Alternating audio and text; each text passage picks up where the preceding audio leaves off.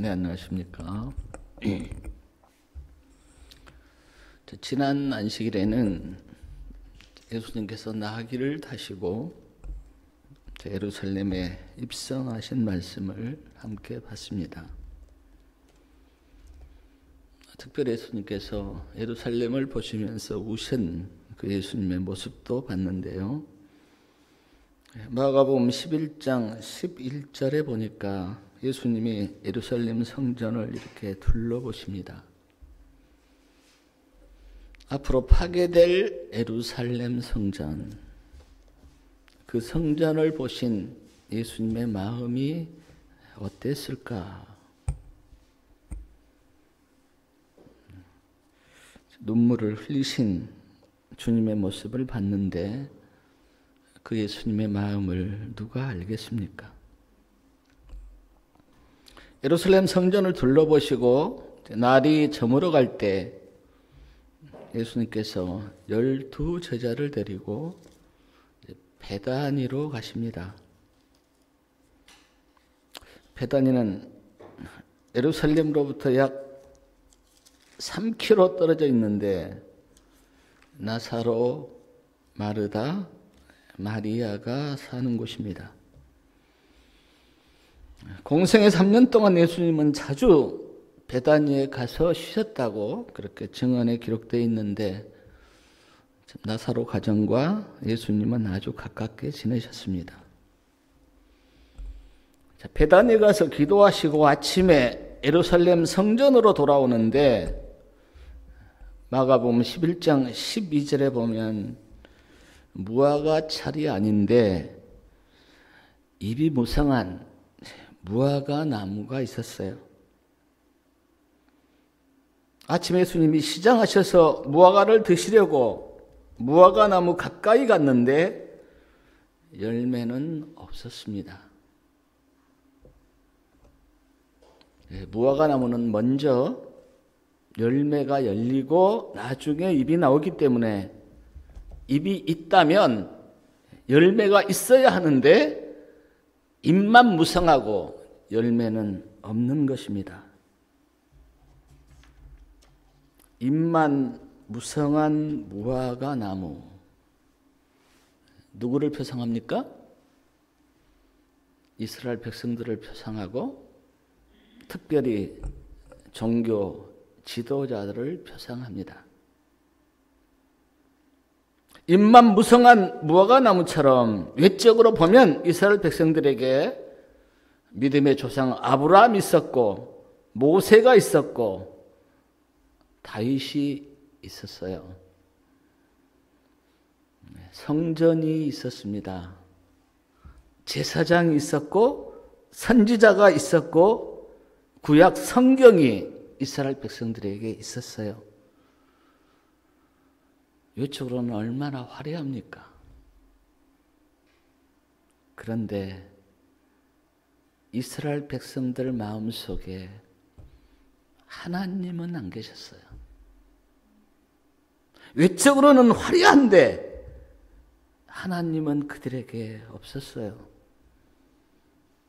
하나님이 안 계시니까 당연히 또 열매는 없는 거죠. 사랑하는 여러분, 오늘 우리는 어떻습니까? 성경이 있고 다른 교파들에게 없는 애언의 신이 우리에게 있습니다. 안식일을 우리는 지킵니다. 그리고 채식을 합니다. 외적으로는 우리가 얼마나 화려합니까? 그런데 우리 마음에는 예수님이 계십니까?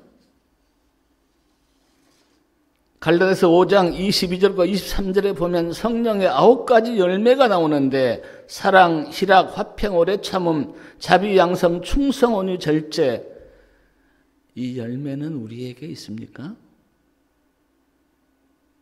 만약 우리에게 성경이 있고 애언의 신이 있고 채식을 하고 안식일을 지키지만 예수님이 안 계시고 성령의 열매가 없다면 우리 또한 잎만 무성한 무화과 나무는 아닌가? 입이 없다면 열매가 없다는 것을 알기에 속지 않습니다. 근데 입만 무성하고 열매가 없다면 사람들이 속죠. 예수님도 입만 무성한 무화과 나무를 보고 가까이 간 예수님도 속았지 않습니까? 믿음의 관점에서 이걸 좀 생각해 보면, 교회를 안 다니고 예수님을 안 믿으면 사람들이 기대하지 않아요. 예수도 안 믿고 교회를 안 다니니까 좀 잘못해도 그냥 실망하지 않습니다. 그러나 교회를 다니고 예수님을 믿으면 기대를 해요. 지금은 한국에서 크리스찬들의 어떤 것들이 떨어져서 별로 기대도 안 하지만 몇십 년 전에는 교회를 다닌다고 하면 다 인정을 했어요. 그 사람은 절대 거짓말도 안 하고 정직하겠지. 그렇게 다 인정을 했어요. 저 사람은 교회를 다닌 사람이야. 예수님을 믿는 사람이야.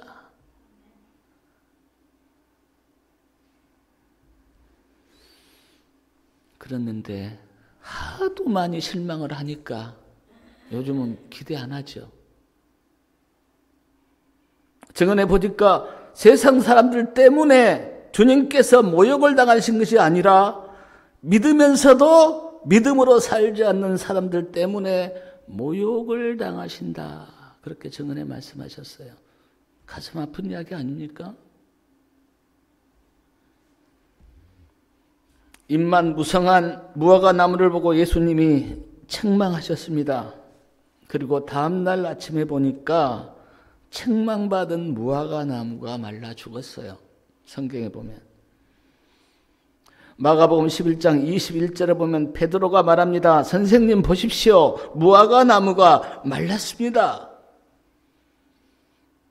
그때 예수님께서 하신 말씀이 뭐냐면 하나님을 믿으라 하였습니다. 사랑하는 여러분, 하나님을 믿으라고 하는 의미가 뭐겠습니까? 이 무화과 나무처럼 심판을 받지 않으려면 하나님을 믿어야 한다. 무화과 나무처럼 말라 죽지 않으려면 하나님을 믿어야 한다. 이제 그런 의미예요. 맞습니다. 하나님을 믿지 않으면 우리도 심판을 받고 멸망을 당합니다. 하나님을 믿으라고 하신 후 마가복음 11장 23절부터 25절에 보니까 예수님께서 세 가지 부탁을 하셨어요. 믿고 의심하지 마라. 기도하고 구하는 것은 받은 줄로 믿으라. 용서하라. 세 가지 말씀을 하셨어요. 그리고 예수님이 예루살렘에 오셔서 성전을 정결케 하십니다. 요한복음 2장에 보면 3년 전에 예수님께서 한 번 성전을 정결케 하셨어요. 근데 3년이 지난 후 다시 성전이 더럽혀졌고 십자가를 지시기 바로 전에 다시 한번 성전을 정결케 하세요. 성전 정결에 대해서는 제가 요한복음 2장에서 전에 한번 말씀을 드렸기 때문에 오늘은 말씀드리지 않겠지만 다만 한 가지는 기억하십시오. 마태복음 21장 13절에 보면 기도하는 집 하나님의 성전이 뭐가 되었습니까? 마태복음 21장 13절 우리 말씀 좀 같이 한번 읽어보겠습니다. 저희에게 이르시되 기록된 바 내 집은 기도하는 집이라 일컬음을 받았으리라 하였거늘 너희는 강도의 궁유를 만들었도다. 하나님의 집이 강도의 소굴이 되었어요. 왜 이렇게 되었을까? 탐욕 때문입니다. 탐욕 때문에. 정확하게 이야기하면 돈에 대한 탐욕 때문에.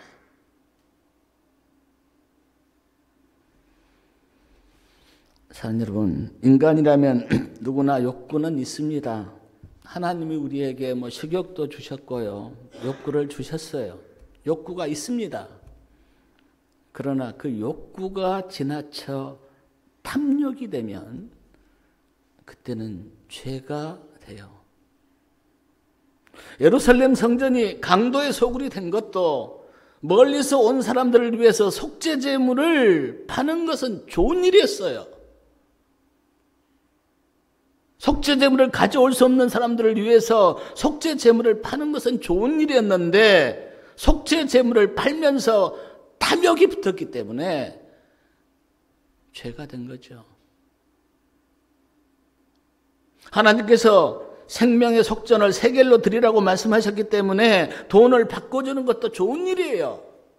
근데 거기에 탐욕이 붙으니까 성전이 강도의 소굴이 된 거예요.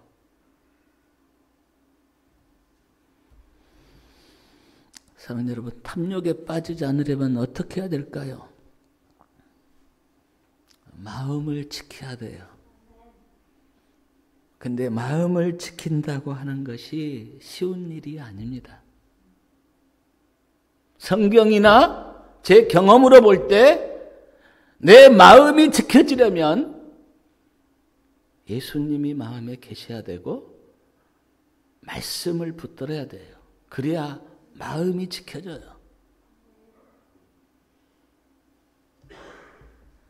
사랑 여러분, 주님 마음에 영접하고 하나님의 말씀을 붙들고 마음을 지키시기 바랍니다.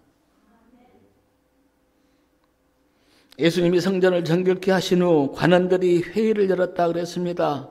회의를 열어서 예수님을 어떻게 할까 그렇게 의논을 하였어요. 그리고 마태복음 21장 23절에 보니까 대제사장과 장로들이 예수님께 와서 묻습니다. 무슨 권세로 이런 일을 하느냐? 누가 너에게 이 권세를 주었느냐? 그렇게 예수님께 물어요. 근데 예수님은 그들의 마음을 다 아시고 아무 대답도 하지 않고 그들에게 다시 묻습니다. 요한의 침례가 어디에서 왔느냐? 하늘에서 왔느냐? 사람에게서 왔느냐? 그렇게 예수님이 물었어요. 요한의 침례가 어디에서 왔느냐고. 하늘에서 왔다고 하면 침례 요한이 누구를 증거했습니까? 예수님을 증거했어요. 그러니까 하늘에서 왔다고 하면 예수님을 당연하게 그들도 받아들여야 돼요. 자, 사람에게서 왔다 그렇게 대답하면 침례 요한을 백성들이 다 믿어요. 그래서 하늘에서 왔다고도 대답 못하고 사람에게서 왔다고도 대답 못하고 그들이 뭐라고 대답하냐면 우리는 알지 못합니다. 그렇게 대답합니다. 제가 여기서 깨달았던 게 뭐냐면 하늘에서 우리에게 주신 기별을 거절하면 그때부터는 혼란에 빠지고 영적으로 길을 잃어버려요. 하나님이 우리에게 주신 그 기별을 내가 만약에 듣지 않고 거역하면 그때는 영적으로 혼란에 빠져요. 그리고 방황할 수밖에 없어요. 저는 그런 사람 참 많이 봤습니다. 하나님이 주신 기별을 거절하니까 그의 믿음 생활이 방황하고 혼란에 빠져서 잘못된 길로 가는 사람들을 참 많이 봤어요. 그 사람이 나빠서가 아니라 하나님이 주신 기별을 거절하면 영적으로 그렇게 돼요. 가끔 어떤 사람들이 개혁운동이 어째서 비난하고 나가요. 그러면 그들이 개혁운동을 떠나서 믿음 생활을 잘하는가? 아니요. 세상적으로 가요. 왜냐하면 하나님이 주신 기별을 거절하니까 영적으로 방황하고 영적으로 타락하게 돼요. 그래서 우리는 그 말씀이 어떤 말씀이든지 하나님이 주신 기별이라면 우리가 믿음으로 받아야 합니다. 대제사장과 장로들이 예수님을 와서 시험하라고 한 다음에 마태복음 21장 28절부터 32절에 보면 예수님께서 한 비유를 들어서 말씀하셨어요. 어떤 사람에게 두 아들이 있다. 큰아들에게 너 오늘 포도원에서 일하라. 그렇게 말씀을 했는데 큰아들이 뭐라고 대답합니까? 예, 알겠습니다. 가겠습니다. 라고 대답해 놓고 가지 않았다. 둘째 아들에게 너도 오늘 포도를 가서 일하라. 둘째 아들은 뭐라고 대답합니까? 나 싫습니다. 안 가겠습니다. 그렇게 대답해 놓고 뉘쳐서 포도원에 가서 일을 했다. 이 말씀을 하시고 예수님이 그들에게 묻습니다. 누가 아버지 뜻대로 하였느냐? 그들이 대답합니다. 둘째 아들입니다. 여기서 큰 아들은 누구를 표상합니까? 이스라엘 백성들, 특별히 지도자들.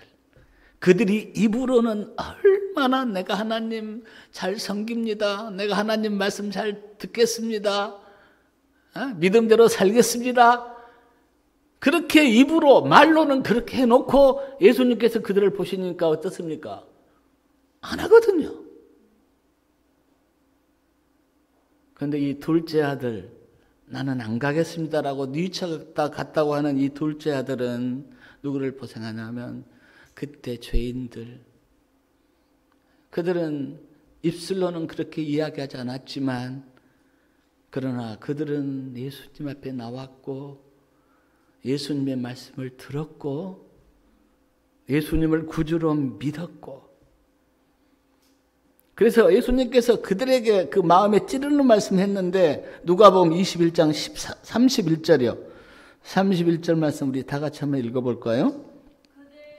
그들 중에 누가 아버지의 뜻대로 하였느냐? 가로되 둘째 아들이입니다. 예수 저희에게 이르시되 내가 진실로 너희에게 이르노니 세리들과 창기들이 너희보다 먼저 하나님 나라에 들어가리라. 얼마나 그들의 마음을 찌르는 말씀입니까? 내가 진실로 너희에게 이르는데 세리들과 창기들이 너희보다 먼저 하나님 나라에 들어갈 것이다. 아마 이 말을 듣고 그들은 기절초풍을 했을 겁니다. 이스라엘 백성들이 우리는 아브라함의 자손이야. 아까도 이야기했듯이 우리에게는 성경이 있고 선지자가 있고 다윗 왕이 있고 그랬는데 예수님이 바리새인들과 서기관들과 지도자들 보고 제가 성경에 보니까 한 번도 너희들이 하나님 잘 믿는다 말씀하신 적 없어요. 책망했죠. 책망. 유전이나 전통을 믿는다고 책망했습니다. 예수님이 그들의 마음을 보니까 시기심이 가득하고 높아지려고 하고 예수님을 죽이려고 모의하는 걸 보고 예수님께서 책망하셨죠. 너희들은 사단 마귀의 자식이다. 너희의 아비는 마귀다. 왜냐하면 마귀의 속성을 그들이 다 가지고 있었거든요. 그러나 세리들과 창기들은 그들이 다 손가락질하는 죄인이었지만 예수님 옆에 나와서 말씀을 듣고 예수님을 구주로 믿는 그들을 보면서 예수님께서 하신 말씀이 세리와 창기들이 너희보다 먼저 하나님 나라에 들어갈 것이다. 제가 이 말씀 앞에 설교를 쓰면서 좀 묵상을 해봤어요. 어떤 사람은 예수를 안 믿습니다. 근데 저보다 더 정직하고 더 순수하고 더 헌신적인 사람을 볼 때가 있어요. 그런 모습을 보면 마음이 찔립니다. 어쩌면 하나님께서 보실 때 나보다 더 저 사람이 하나님 가까이 가 있는 것은 아닌가. 내가 외적으로는 막 교회 다니고 성경 알고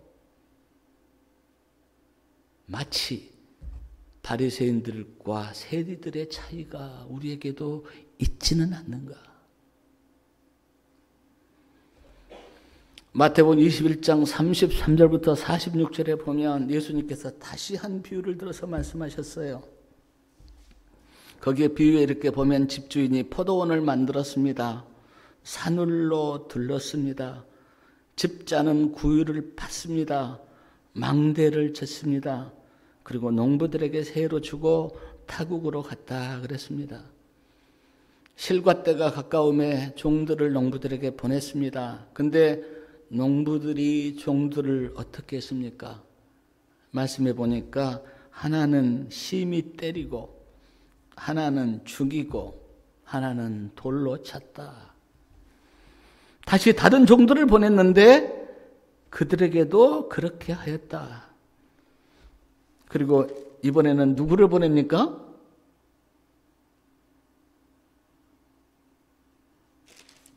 (37절) 말씀 한번 보세요.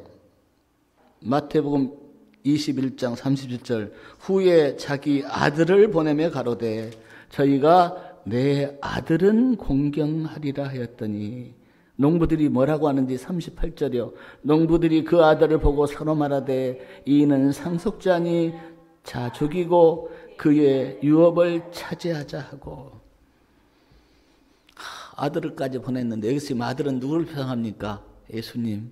예수님까지 보냈는데 그들이 예수님은 죽이고 우리가 그 유업을 차지하자. 그때 이 비유를 드시고 예수님께서 그들에게 물었어요. 40절. 그러면 포도원 주인이 올 때에 이 농부들을 어떻게 하겠느냐? 그들이 뭐라고 대답합니까? 41절 한번 보겠습니다. 저희가 말하되 이 악한 자들을 진멸하고 포도원은 제때에 실과를 바칠 만한 다른 농부들에게 새로 줄지니라. 조금 전에 제가 말씀을 드렸듯이 주인은 하나님을 가리키고 아들은 예수님을 가리킵니다. 종들을 보냈다 그랬는데 종들은 선지자들을 가리킵니다. 포도원 농부들은 이스라엘 백성들을 가리키고 산울로 둘렀다 그랬는데 이스라엘 백성들을 보호하려고 산울로 둘른 이 산울은 율법을 가리키고 말씀을 가리켜요. 이스라엘 백성들을 잘 지키도록 하기 위해서 말씀을 주셨어요. 망대를 세웠다 그랬는데 이 망대는 성전을 가리킵니다. 성전을 세웠어요. 성경에서 보면 우리가 솔로몬 성전부터 나오는데 솔로몬 성전을 세우고 또 무너진 또 성전을 스룹바벨 성전을 세우고 헤롯 성전을 세워서 이스라엘 백성들로 하여금 구속의 경륜을 하나님께서 가르치려고 그렇게 하신 거예요. 이렇게 하나님께서 이스라엘 백성들을 사랑하셨는데 이스라엘 백성들은 하나님이 보낸 선지자들을 어떻게 하였습니까? 심히 때리고, 그 다음에요. 저기 35절 말씀 우리 같이 좀 읽겠습니다. 농부들이 종들을 잡아 하나는 심히 때리고 하나는 죽이고 하나는 돌로 쳤거늘. 하나님이 보낸 선지자들을 심히 때리고 죽이고 돌로 쳤다. 그게 에레미야나 에스겔 선지에 보면 나오잖아요. 선지자들에게 돌을 치고 죽이고 그렇게 했잖아요. 예수님께서 이 말씀을 하시고 그들에게 물었어요. 포도원 주인이 올 때에 농부들을 어떻게 하겠느냐 그렇게 그들에게 물었는데 그들은 대제사장과 장로들이 정확하게 대답합니다. 악한 자들은 진멸하고 포도원은 제때에 바칠 만한 다른 농부들에게 줄 것입니다 라고 대답을 했는데 이 말이 자기 자신에게 적용된다는 것은 몰랐어요. 참 슬픈 이야기인데 그렇게 대답은 정확하게 하면서도 그 말씀이 자기 자신에게 적용된다고 하는 것은 그들이 깨닫지 못했습니다. 예수님께서 그들을 동정어린 눈으로 바라보시면서 하셨던 말씀이 42절부터 43절, 44절까지 이 말씀을 하셨는데 우리 42절부터 한번 천천히 한번 읽어보겠습니다. 예수께서 가라사대 너희가 성경에 건축자들의 버린 돌이 모퉁이의 머릿돌이 되었나니 이것은 주로 말미암아 된 것이요 우리 눈에 기이하도다 함을 읽어본 일이 없느냐. 그러므로 내가 너희에게 이르노니 하나님의 나라를 너희는 빼앗기고 그 나라에 열매 맺은 백성이 받으리라.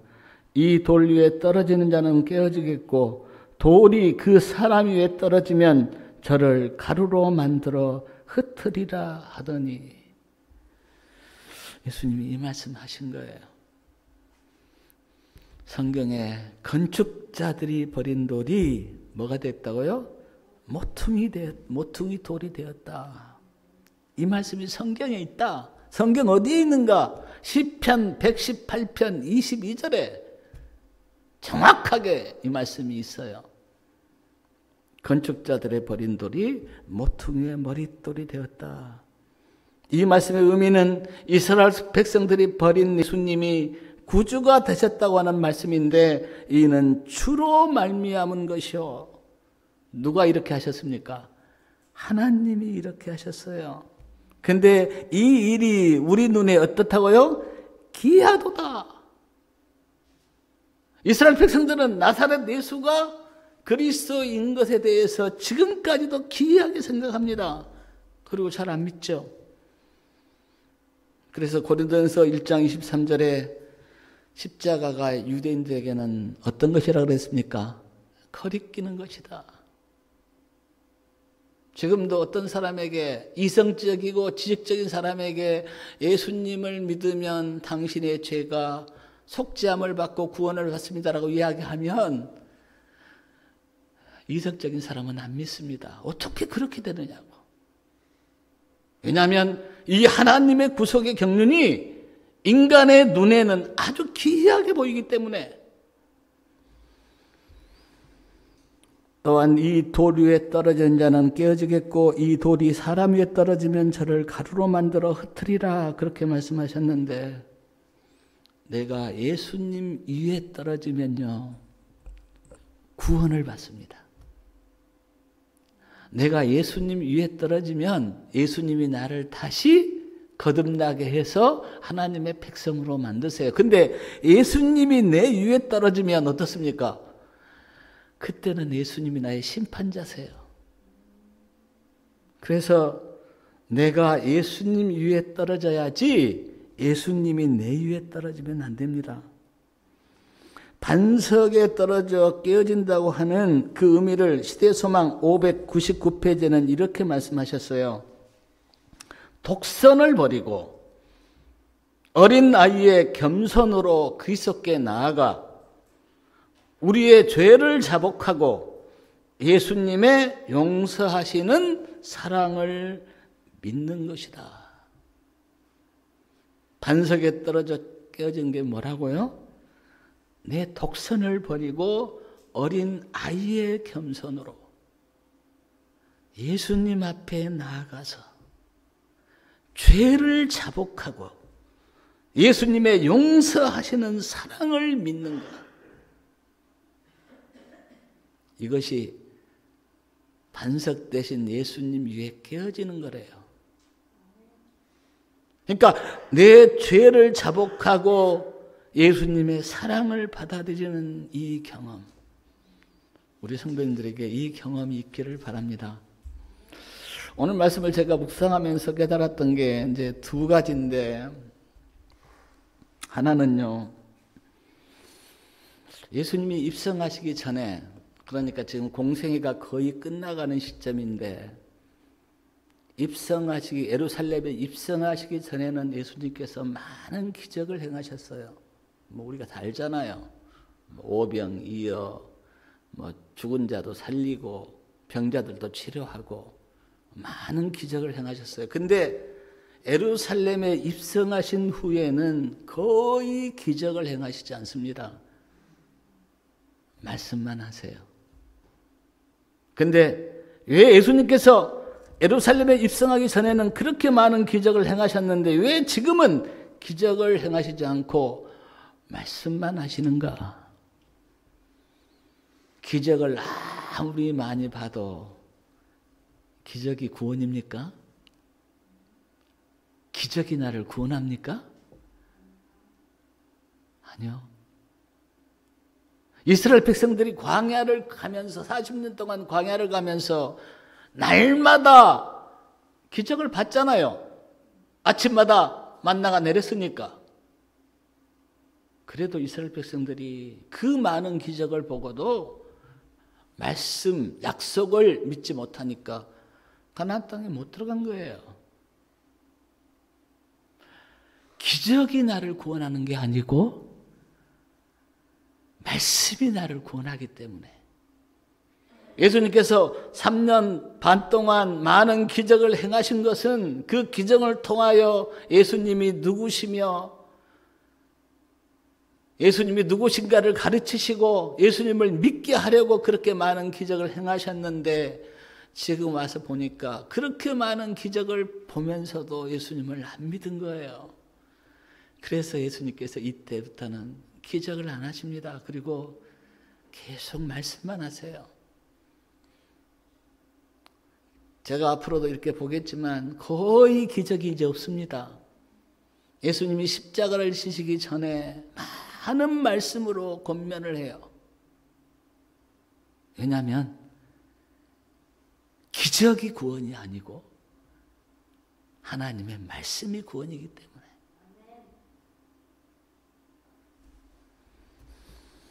사랑하는 여러분, 기적이 필요하죠. 그러나 기적보다는 말씀을 믿는 게 훨씬 좋습니다.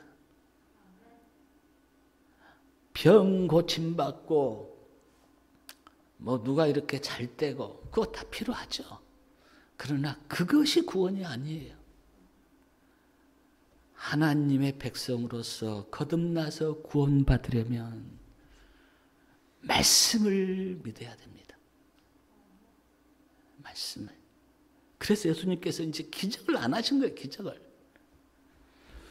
또 하나 제가 오늘 이렇게 말씀을 묵상하면서 깨달았던 게 뭐냐면 기적을 행하시지 않고 말씀만 하신 이유는 오늘 말씀에 보면 이스라엘 백성들의 상태와 특별히 지도자들의 상태에 대해서 많이 말씀하신 거예요. 자, 잎만 무성한 무화과 나무. 누구에게 한 이야기예요? 네, 이스라엘 백성들과 지도자들에게 한 이야기예요. 너희의 모습이 이렇다. 자, 포도원에 가겠다고 해놓고 가지 않은 큰아들. 누구 모습이에요, 이게? 포도원에 나 가겠습니다. 가서 일하겠습니다라고 말은 해놓고 가지 않았던 큰아들. 이게 누구 모습이에요? 이스라엘 백성들의 모습이에요. 그들이 하나님 잘 믿겠습니다. 그렇게 대답해놓고 안 믿었잖아요. 주인이 보낸 종들을 때리고 죽이고 아들까지 죽인 농부들. 이 역시 이스라엘 백성들의 모습이고요. 모퉁이 돌을 버린 건축자들. 이 말씀도 이스라엘 백성들의 상태와 제사장, 장로, 서기관들과 바리새인들의 영적인 상태를 이렇게 말씀하신 거예요. 제가 참 가슴 아픈 거는 예수님께서 이스라엘 백성들의 상태를 이렇게 보여주시면서 너희들의 상태가 이렇고 너희들의 모습이 이랬다고 그렇게 말씀을 하셨는데 슬픈 것은 예수님의 이 말씀을 듣고도 이스라엘 백성들과 지도자들은 그것이 자기의 모습이라고 하는 것을 모른 거예요.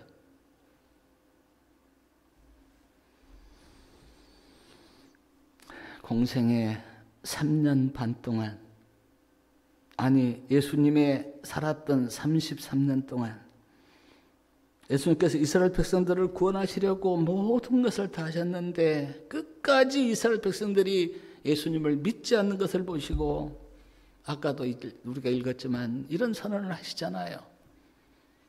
세리들과 창기들이 너희보다 먼저 하나님 나라에 들어가리라. 하나님의 나라를 너희는 빼앗기고 열매 맺은 백성이 받으리라. 사랑하는 여러분, 이 선언을 하시는 예수님의 마음이 어땠을까요? 예수님이 기분 좋아서 이렇게 하십니까? 아니요. 슬퍼서요. 마음 아파서요. 이 선언을 할 수밖에 없는 그 예수님의 마음을 이스라엘 백성들이 알았다면 회개하고 돌아왔을 텐데 몰랐기 때문에 회개하지도 않았고 돌아오지도 않았습니다.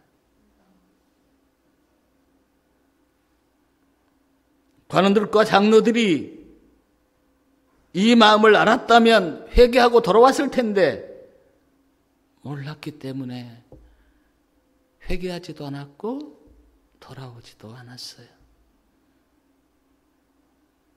우리 성도님들은 예수님께서 이런 말씀을 하신 그 예수님의 마음을 아시고 주님께 돌아와서 주님의 사랑과 은혜를 깨닫고 이스라엘 백성들이 예수님을 반역하고 거절했던 그것이 우리에게는 모본이 되어서 우리는 절대 그런 길을 가지 않고 주님께 충성된 주의 백성들 다 되시기 바라면서 말씀을 마치겠습니다.